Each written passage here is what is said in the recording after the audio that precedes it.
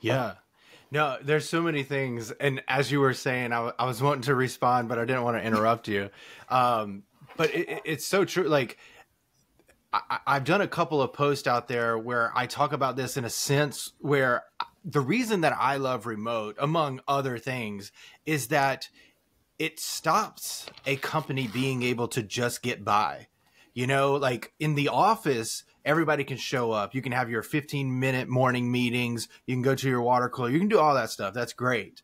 But when is the last time in the office that you actually could name the core values off the hand, or you could name your Unless they were mission or painted your on the wall. exactly, yeah, they would be painted on the wall, and that's it. You pass it every single day. Over time you become like, you ignore it. And yeah, that's why I love remote, because it forces you to do the things that you were able to get away with in the office. And now that brings more clarity to frontline workers, employees, like, because I think as leaders, which kind of transition or segues into this next question, but as leaders, we often think that our team understands what we understand, but they're not meeting as often about the things that we're meeting on, as far as like, this is our strategy, this is what we're trying to accomplish, this is where we stand. So how can leaders foster collaboration, communication, and create a sense of community in a virtual work environment? Kind of Yeah. going off of what you were building up to, I think. I think this is really, really key. And what you're talking about in terms of, oh, you can just get by in an office versus what happens when you shift to remote, is you need to be more intentional with remote work about all of these things. And so a quick anecdote there. Early on in my career, I worked in an office environment. And if somebody wasn't being responsive to a piece of a project that was holding me up, the advice that I got from my manager was just go walk over to their desk and ask them for it, you know?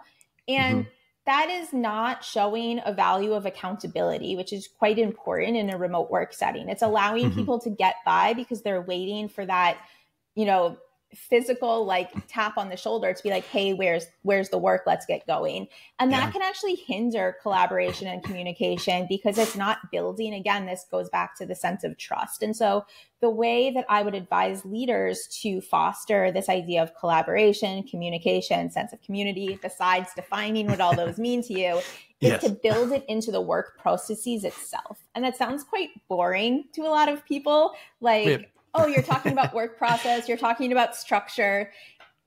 It's these basic building blocks that are the most important. And so when it comes to collaboration, things like, what is your process and structure at work so that people can work in the open? How are you documenting things? How are project management tools helping you create transparency?